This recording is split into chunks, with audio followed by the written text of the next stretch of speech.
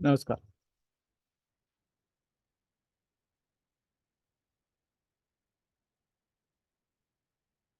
तो ये जो हमारे जो फ्रंट मूव पॉइंट और बैक मूव पॉइंट्स जो होते हैं, अलार्मिंग पॉइंट्स, है ना।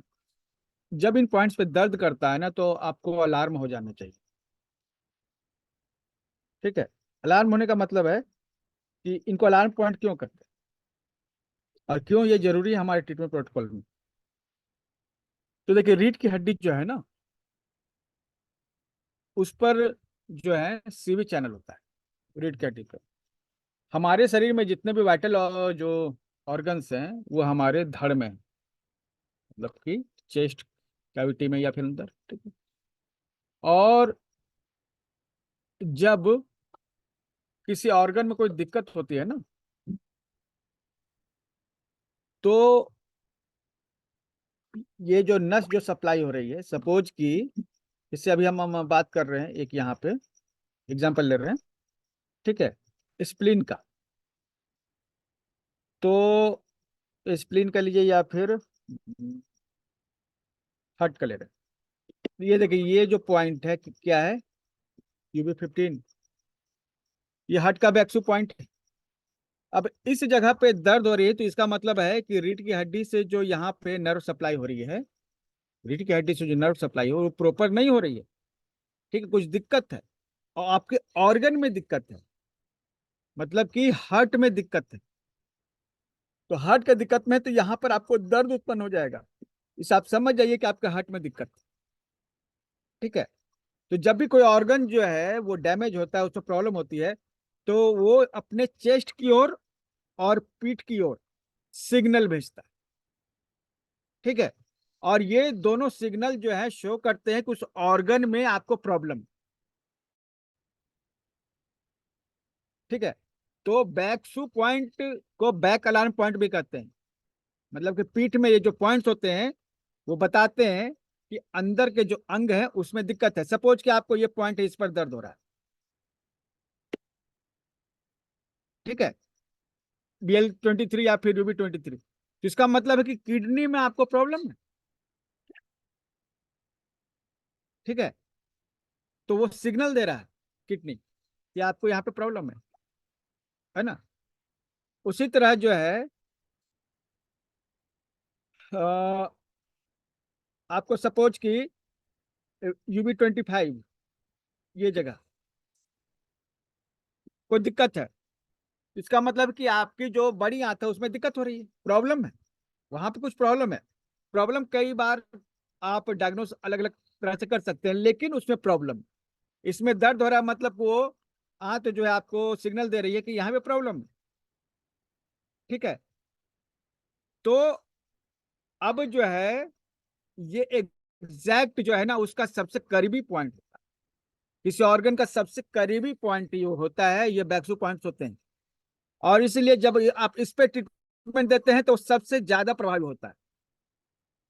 आप कोई भी प्रॉब्लम, जैसे आपका यूरिनरी ब्लैडर का प्रॉब्लम है, यूरिनरी ब्लैडर का प्रॉब्लम है, सपोज, कुछ भी हो सकता है, यूरिनरी ब्लैडर का प्रॉब्लम कुछ भी हो सकता है।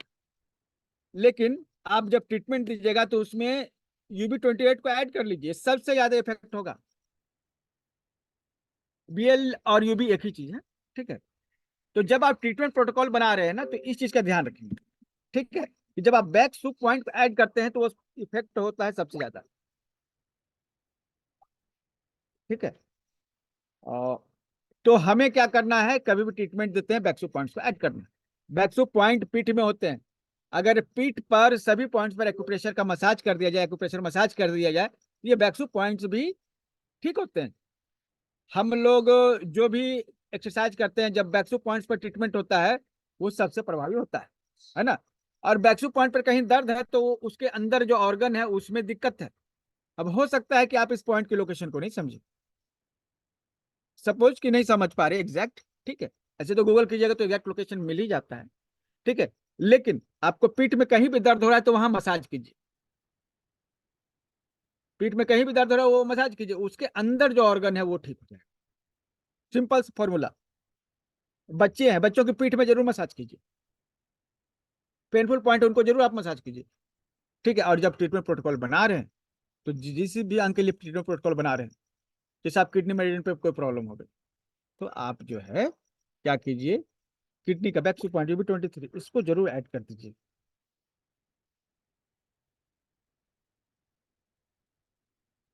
ठीक है।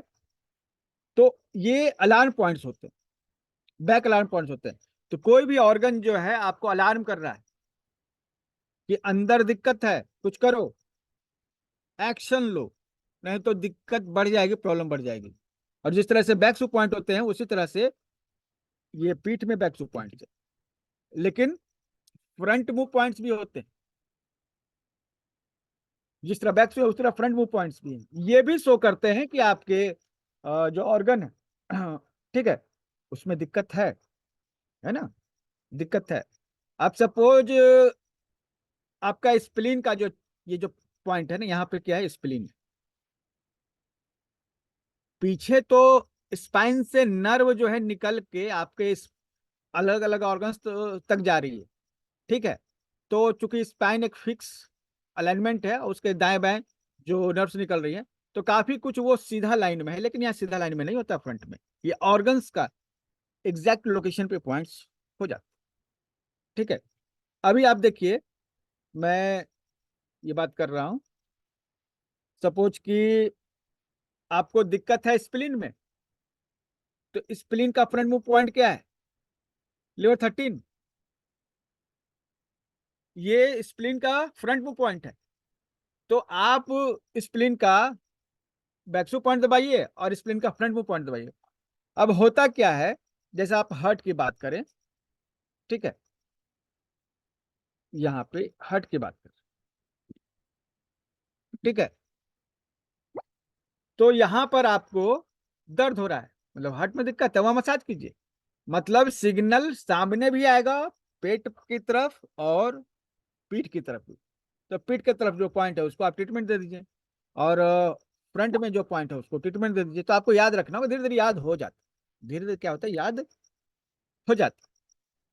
ठीक है। जैसे यूबी 23 जो है बैकसू पॉइंट हो गया किडनी का, फ्रंट में पॉइंट क्या है, GB 25। अब क्या है ना, किडनी में दिक्कत होगी ना, तो GB 25 पर भी दिक्कत होगी और आपको UB 23 पर भी दिक्कत होगी।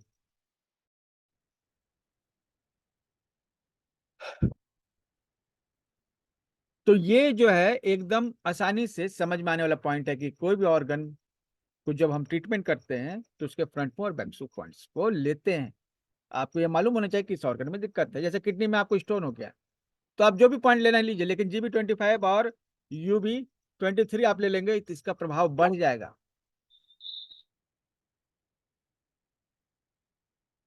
ठीक है। अब स्टमक में दिक्कत है तो CB 12 उसका बैक पॉइंट है, फ्रंट में पॉइंट है।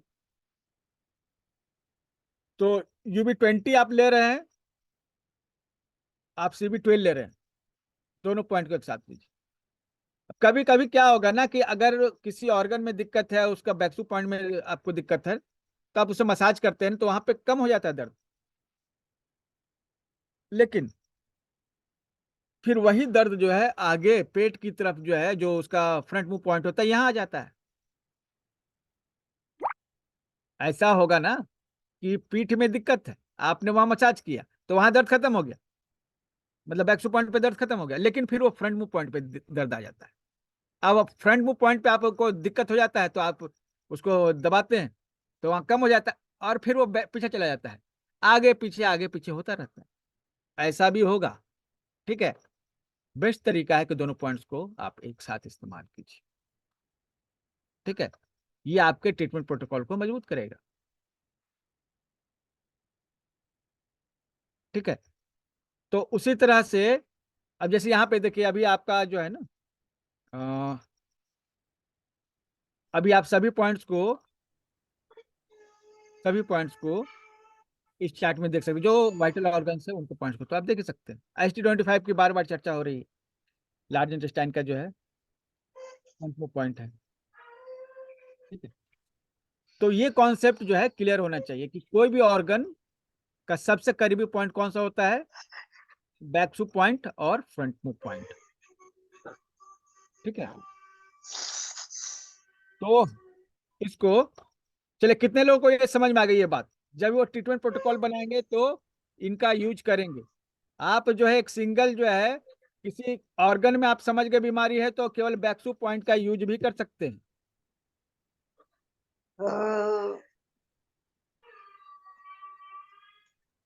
Hello sir. चलिए, हाँ हेलो बताइए। यस। सर, जैसे किसी की बीमारी नहीं समझ पड़ रही है, मतलब अगर जैसे बैक में या फिर जहाँ फ्रंट मुंह या बैक पॉइंट में से पे है, को, अ, मतलब आपकी आवाज अच्छा ही साफ ना। नहीं है, नेटवर्क में जाइए, सुनिए, नेटवर्क में जाइए, उसके बाद बात कीजिए। चलिए बाकी लोग पूछिए, रेंज में जाके बात कीजिए।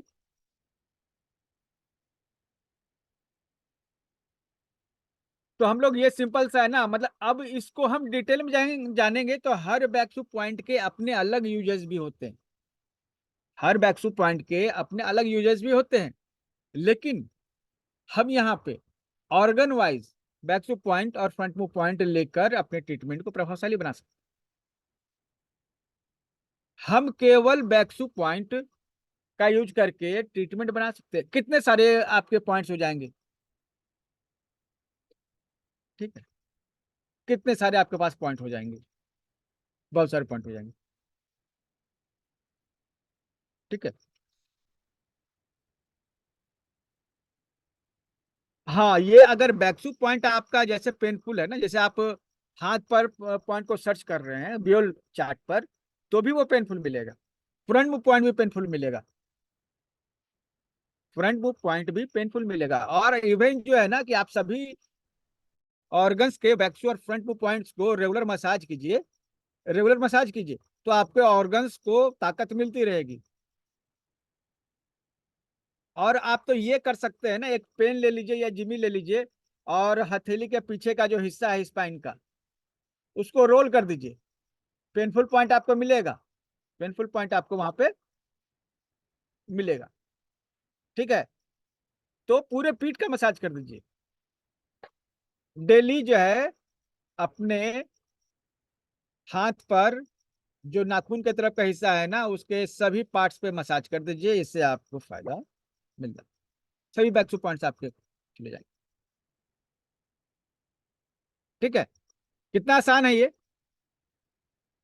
हाँ, अगर हम चाहें एक एक पॉइंट को डिस्क्राइब करें तो एक एक घंटा एक एक पॉइंट पर भी लगा सकते हैं, उसकी लोकेशन को बताकर ये वो। तो ये आपके 5-6 घंटे आराम से निकल सकते हैं अगर इनका किया जाए। ठीक है, ज्यादा भी घंटे निकल सकते हैं, लेकिन क्या है ना कि आपको एक बेसिक आइडिया हो गया है ना, ओवरव्यू मिल गया। जब आपको ओवरव्यू मिल गया है तो आप उसको डीप आगे स्टडी कर सकते हैं, लेकिन आपको समझ में आ गया कि हाँ भाई ये T1, ये जो थोरेसिक पार्ट है ना, उसको लिखा हुआ है T1 T2 T3। ठीक है, L4 L5 S1, ये सब जो है क्या है, रीढ़ की हड्डी के अलग अलग हिस्से हैं, स्पाइन के अलग अलग वर्टिब्रास हैं। सर वो 21 दो बार है तो उधर 20 चाहिए ना? कहाँ अठारह 21 की बार है? सर स्टमक बीएल बीएल हाँ, ये 18 के लिए। 21 स्टमक और स्प्लीन दोनों के लिए काम आता है, लेकिन स्प्लीन के लिए जब काम आएगा ना, देखिए, अह, अच्छा, स्प्लीन और स्टमक को UB20 और 21 होगा, UB20 और 21। क्लियर है ना?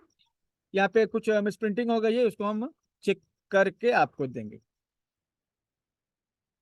ठीक है,